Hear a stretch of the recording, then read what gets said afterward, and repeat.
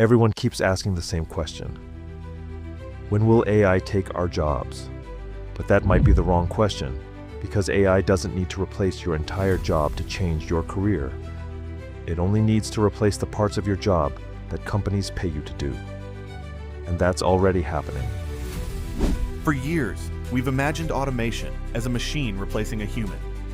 But today's AI doesn't replace the whole person. It targets the tasks inside the job. And that distinction matters, because a job is rarely just one task. It's a collection of dozens of them. The real question isn't whether AI will replace us. It's how much of our work AI can take over.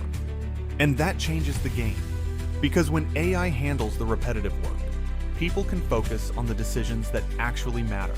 And this is where the real transformation begins. Not with machines replacing people, but with people becoming more capable. The goal isn't to let AI do everything for us. It's to let it handle the work that holds us back. The future of work isn't human versus AI. It's human with AI. The future isn't waiting. Learn to work with AI.